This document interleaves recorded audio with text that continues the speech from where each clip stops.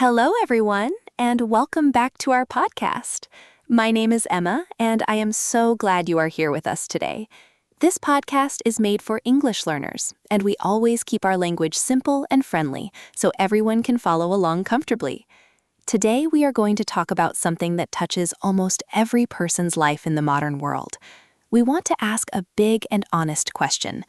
Is social media making us unhappy? This topic is very relevant and personal for many people. I am joined today by my wonderful co-host, Alex. Hi, Alex. How are you doing today? Hi, Emma. Hi, everyone listening. My name is Alex, and I am doing really well today. Thank you for asking. I have been looking forward to this conversation all week because I think this topic is incredibly important for people of all ages right now. Social media is something most of us use every single day, sometimes for many hours. We scroll, we post, we like, we comment, and we share. But have you ever stopped and asked yourself, after spending time on social media, do I feel better or worse? That question is what today's conversation is all about. I think the answers might surprise many of our listeners. Let us begin. Okay, let's dive right in. First, I want to ask you something personal, Alex. How much time do you spend on social media each day? I think it is a good idea to start honestly. I personally check my phone many times a day. Sometimes I pick it up without even thinking about it. It has become such an automatic habit that I don't even notice I am doing it. I open an app, scroll for a few minutes, close it, and then open it again 10 minutes later. This cycle repeats all day long. I think many people listening right now know exactly what I am talking about. Is this something you experience too, Alex? Emma, I am completely honest when I say that yes, I do this too. I have caught myself picking up my phone and opening an app without even deciding to do it. My hand just moves automatically. I read somewhere that the average person checks their phone more than 90 times every single day. That is almost 4 times every hour if you're awake for about 16 hours. When I first read that number, I did not believe it. But then I started paying attention to my own habits, and I realized it was actually true for me too. This automatic, unconscious checking is one of the first signs that social media has more control over us than we think. 90 times a day? That number is really shocking when you think about it. And it makes me wonder, why are we so addicted to checking? I think one big reason is that social media platforms are very cleverly designed to keep us coming back. Every time someone likes our photo or comments on our post, our brain gets a tiny feeling of pleasure. It is a small reward, and our brain loves rewards. So we keep checking to see if we got more likes, more comments, more followers. It is similar to a game where you keep playing to get more points. The problem is that this game never ends, and always needing more can make us feel anxious and empty. You are absolutely right, Emma. These apps are not designed by accident. There are whole teams of very smart people whose only job is to make the app more addictive so that you spend more time on it. More time on the app means more advertisements you see, which means more money for the company. So the goal of the app and the goal of your happiness are not the same thing. The app wants you to keep scrolling, but scrolling for hours often leaves people feeling drained, jealous, or unhappy. I think understanding this simple fact is very important. When you know why something is designed the way it is, you can make smarter choices about how you use it. Knowing why these apps work the way they do gives us so much more power over our own choices. Now I want to talk about something that I think is the number one cause of unhappiness on social media, and that is the feeling of not being good enough. When I scroll through Instagram or TikTok, I see people who seem to have everything. Perfect hair, perfect homes, perfect relationships, amazing travels, and beautiful bodies. And even though I know in my head that these images are often edited and carefully chosen, my heart still feels a little sad sometimes. I think to myself, why doesn't my life look like that? Have you ever felt this way, Alex? Yes, Emma. I think almost everyone has felt this way at some point. And you made a really important point. You said you know in your head that images are often edited, but you still feel sad in your heart. This shows how powerful these images are. Our emotional brain reacts faster than our logical brain. We feel the comparison before we can stop and think about it rationally. And the more we scroll, the more comparisons we make without even choosing to. Studies from universities around the world have shown that people who spend more time on social media report lower levels of satisfaction with their own lives, their appearance, and their achievements. The connection between scrolling and unhappiness is very well documented. It is sad that something we use for fun and connection can have such a serious effect on how we feel about ourselves. I also want to talk about teenagers specifically, because I think they are the most affected by this. Young people between the ages of 13 and 18 are at a time in their lives when they are trying to figure out who they are. They are sensitive to what other people think of them, and they spend a lot of time on social media. Research shows that teenage girls especially report feeling very bad about their bodies and their self-worth after spending time on social media platforms. This is really worrying, and it is something that parents, teachers, and society need to take seriously. The impact on teenagers is one of the most serious aspects of this whole conversation, Emma. I have a younger sister who is 16, and I see how much social media affects her mood. She can go from feeling perfectly happy to feeling really sad in just 10 minutes of scrolling. And when I ask her what happened, she says things like, "Everyone looks so much prettier than me," or "Why don't I have as many followers as her?" These feelings are real and they hurt. I try to remind her that what she sees online is not the full truth. But it is hard to compete with the emotional power of hundreds of photos all telling you the same message: you are not enough. That story about your sister really touched my heart, Alex. It shows how real this problem is in everyday families. Now, I want to ask about something a little different. Do you think social media affects our relationships with the people we love? I sometimes notice that when I am with my friends or family, everyone is looking at their phone instead of talking to each other. We are physically together in the same room, but mentally we are each in our own little digital world. This feeling of being together but also being alone at the same time is very strange and a little sad. Do you think this is a common experience, Alex? Emma, I think what you described is one of the most common experiences of modern life, and one of the saddest. We have a word for being physically present but mentally absent, and it is called phubbing. This word comes from combining phone and snubbing. Snubbing means ignoring someone rudely, so phubbing means ignoring the person in front of you because you are looking at your phone.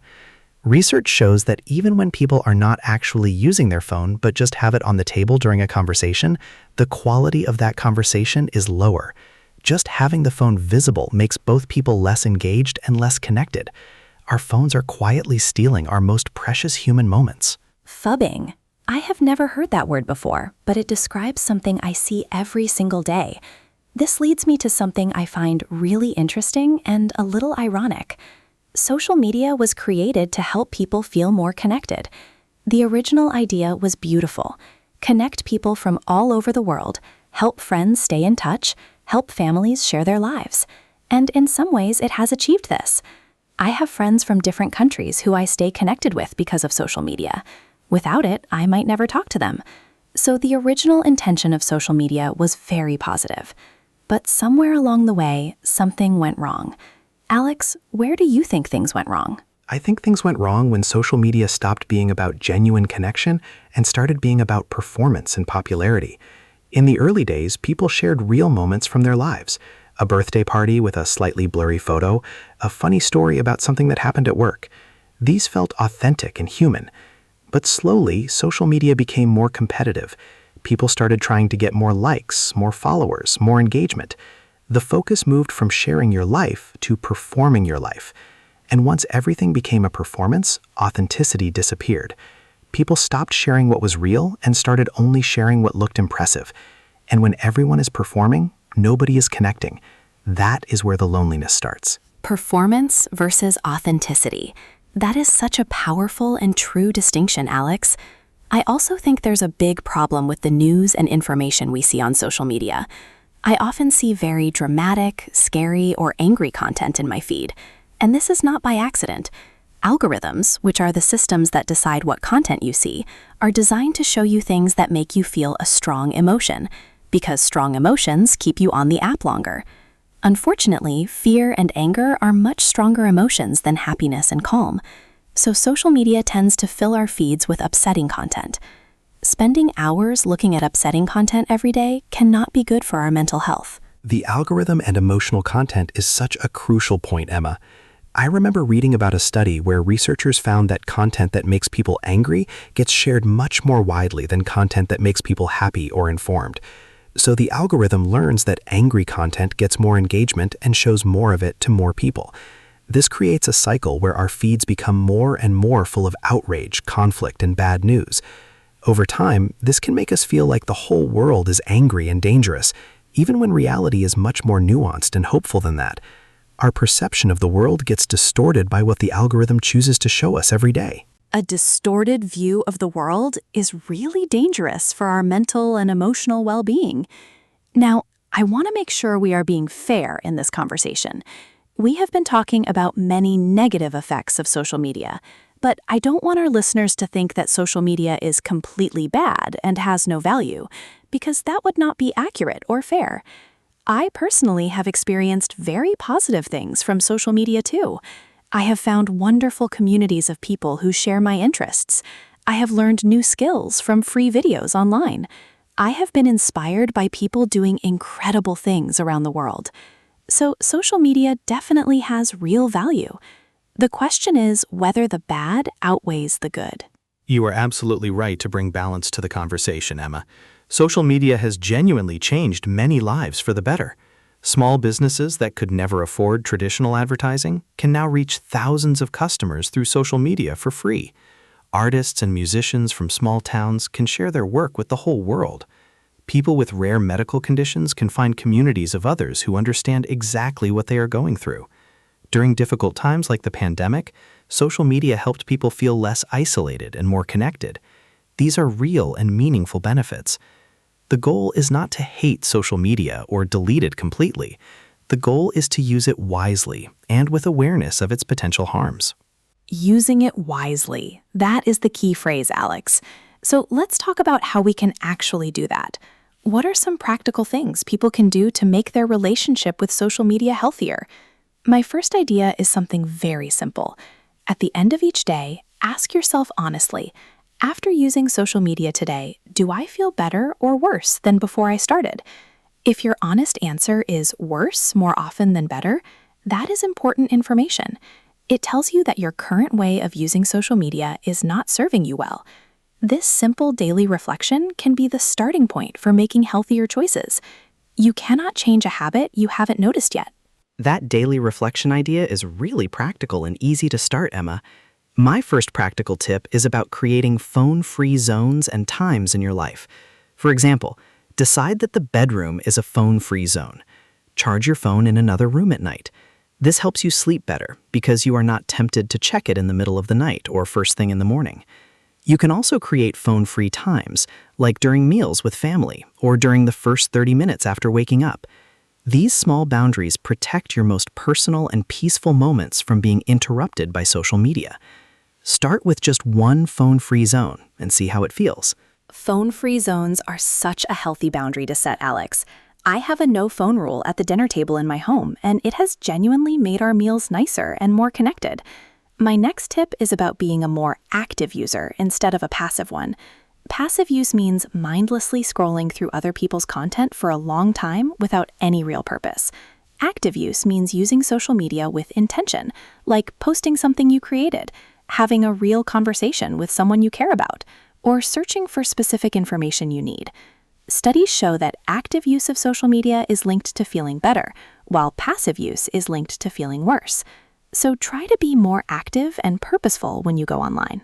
Active versus passive use is such an important distinction, Emma. The same app can make you feel great or terrible depending on how you choose to use it.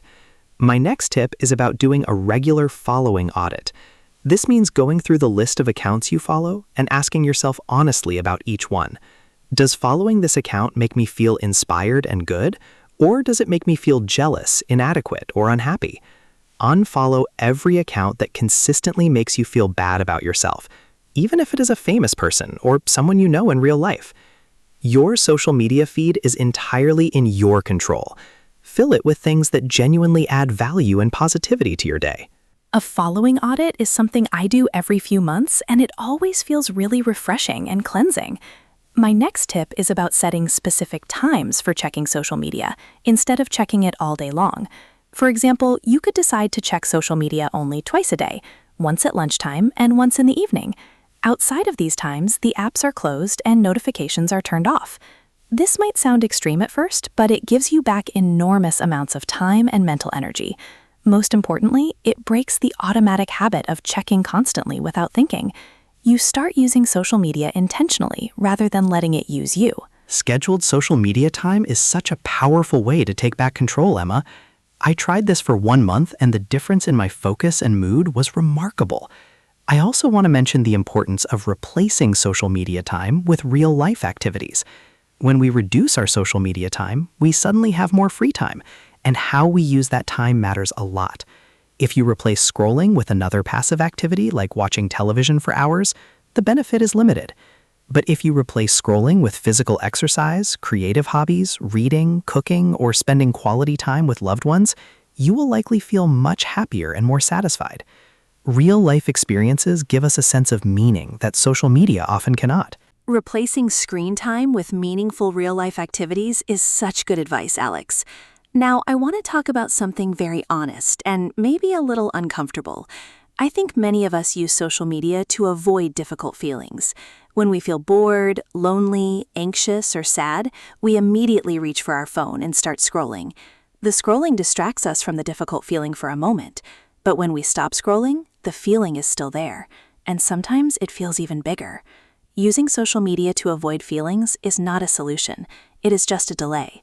Learning to sit with uncomfortable feelings, or to address them in healthy ways, is a much better long-term strategy for happiness. Using social media as emotional avoidance is something I think many people do without realizing it, Emma. I'd certainly have done it. When I am stressed or worried about something, I notice I reach for my phone much more often. It gives me a temporary escape, but never actually helps me feel better about the real problem. I think a healthier response to difficult emotions is to name them, acknowledge them, and then do something genuinely helpful, like talking to a friend, going for a walk, or writing in a journal.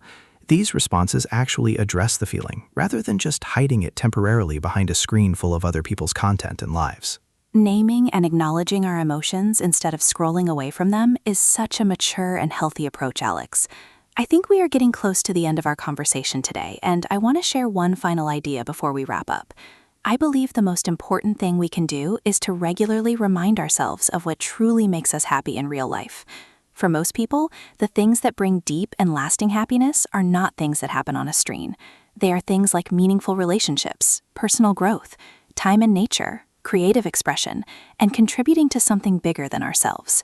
When we are clear about what really makes us happy, social media naturally takes a less central and less powerful role in our emotional life. That final thought is so wise and so true, Emma.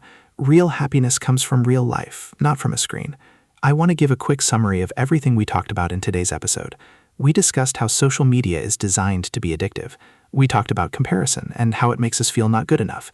We discussed the effect on teenagers, the problem of phubbing, and how algorithms fill our feeds with upsetting content. We also acknowledged the genuine benefits of social media. And we shared practical tips, including daily reflection, phone-free zones, active versus passive use, regular following audits, scheduled checking times, and replacing screen time with meaningful real activities. I think we covered so much valuable ground today. What a wonderful summary of everything we discussed, Alex. I really hope today's conversation gave our listeners something new to think about, and one small change they feel inspired to try. Remember, the goal is not to delete all your apps and never use social media again. The goal is to use it in a way that supports your happiness, rather than quietly taking it away. You have the power to decide how, when, and why you use social media. Please use that power wisely and kindly toward yourself. Thank you so much, Alex, for being such a thoughtful and wonderful conversation partner today. And thank you to every listener who chose to spend this time with us. We will see you next time. Thank you so much, Emma, and a huge heartfelt thank you to everyone who listened to this episode all the way to the end. The fact that you are here, learning and thinking about how to live a better and healthier life is something really special. Please take one idea from today and try it this week. Maybe put your phone in another room tonight before you sleep. Maybe unfollow one account tomorrow that makes you feel bad. Maybe have one meal without your phone this week. These small steps really do add up to big changes in how you feel day to day. Please share this episode with someone you care about who might need to hear it. Goodbye, and please take good care of your beautiful, real life.